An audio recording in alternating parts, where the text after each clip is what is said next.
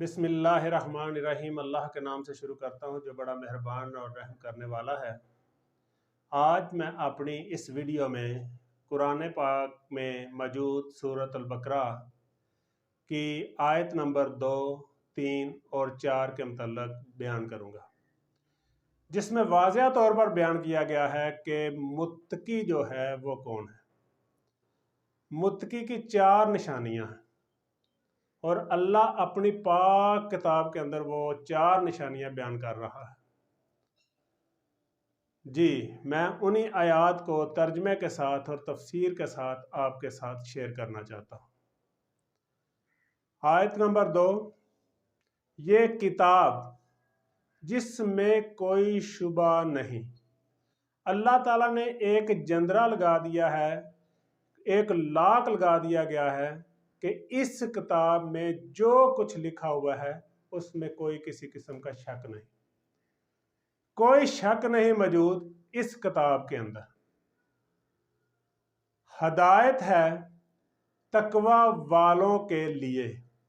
बहुत इंपॉर्टेंट बात, इसको समझने की जरूरत है कि अल्लाह किताब में फरमा रहे हैं कि इसमें हदायत है तकवा वालों के लिए। जो तकवा इख्तियार नहीं करता वो हदायत भी इस किताब से नहीं पा सकता।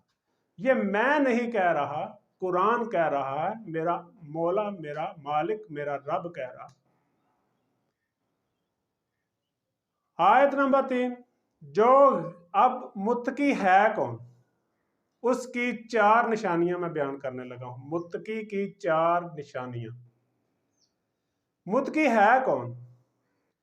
जो गैब पर ईमान रखते हैं और नमाज कायम करते हैं, नीज जो कुछ हमने इन्हें अता किया है उसमें से खर्च करते हैं। और चौथी इसकी निशानी, और जो कुछ आप पर नाजल किया गया है, नीज जो आपसे पहले नाजल किया गया था उस पर ईमान लाना और आखिरत पर ईमान लाना। ये 4 निशानियां बयान की गई हैं जिनकी मैं तफसीर के लिहाज से वजाहत करना चाहता हूँ। एक मुत्तकी शख्स की, एक मुत्तकी इंसान की, एक मुत्तकी मुसलमान की। पहली निशानी, जो गैब पर ईमान रखता है वो मुत्तकी है। अच्छा, गैब क्या है?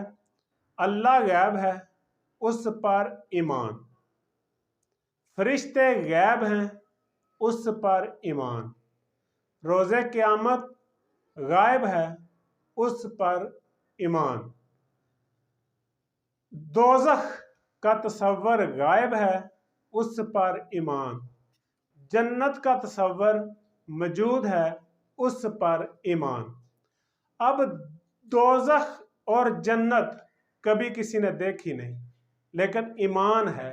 ये है गैब का इल्म कि हमने गैब की जो चीज़ें जिनको किसी ने भी अभी तक देखा नहीं उस पर ईमान लेकर आए हैं। ये है गैब पर ईमान रखना।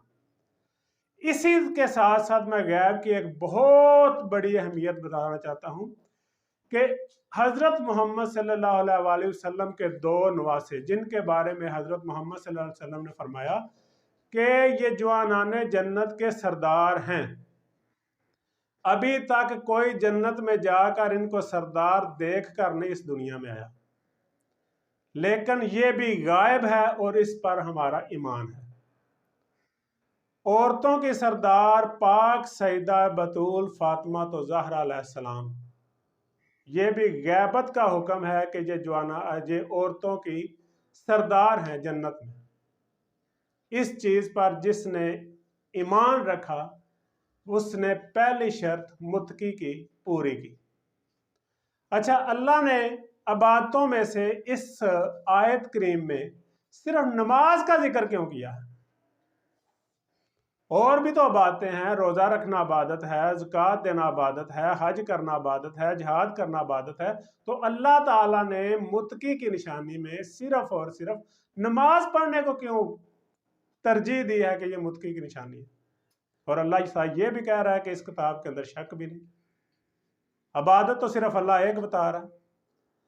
اب میں بتاتا ہوں یہ کیا بات ہے۔ نماز ایسا عمل ہے جس میں سب سے پہلے ہم اقرار کرتے ہیں کہ اے اللہ تجھ سے بڑا کوئی بھی نہیں، اللہ اکبر۔ اس کے بعد نماز کا جو تصور ہے، نماز کا جو طریقہ ہے، نماز کا جو میتھڈ ہے، وہ ہم شروع کر دیتے ہیں۔ پہلے اقرار کر لیتے ہیں کہ اللہ کے علاوہ اور بڑی کوئی طاقت نہیں۔ اس کے ساتھ اپنے جسم کو قبلہ کی طرف، اللہ کی طرف پورا تیار کر کے کسی اور طرف متوجہ نہیں ہوتے، اپنا مائنڈ سیٹ ہر چیز اللہ کی طرف حاضر کرتے ہوئے کھڑے ہونے کے بعد ہم اس کے آگے جھک جاتے ہیں۔ تو نماز میں ہم کئی دفعہ اللہ کے آگے جھکتے ہیں، یعنی اے اللہ تو نے جو مجھے یہ جسم عطا کیا ہے، یہ سارے کا سارا کا مالک تو ہے، میں تیری بارگاہ میں تیرے آگے سجدہ کرتے ہوئے اقرار کرتا ہوں کہ تو میری زندگی کا مالک ہے۔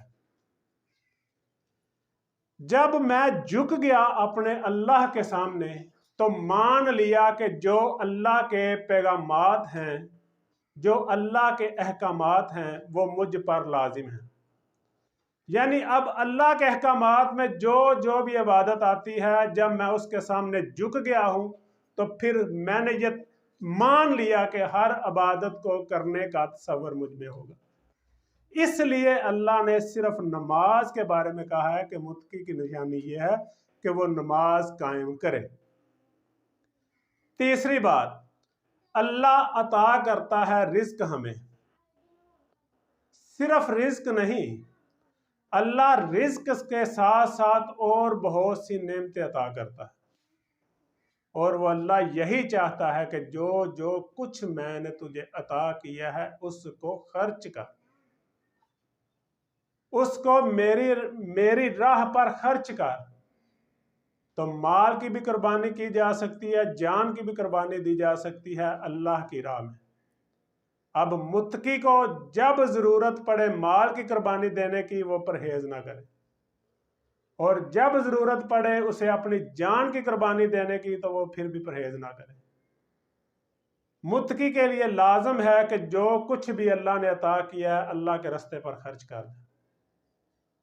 اور تیسری چیز یہ ہے کہ آخرت پر ایمان ہو کہ اللہ تعالیٰ نے روز قیامت کا ایک دن مقرر کیا ہے جس کے بعد یہ ساری دنیا نے فنا ہو جانا۔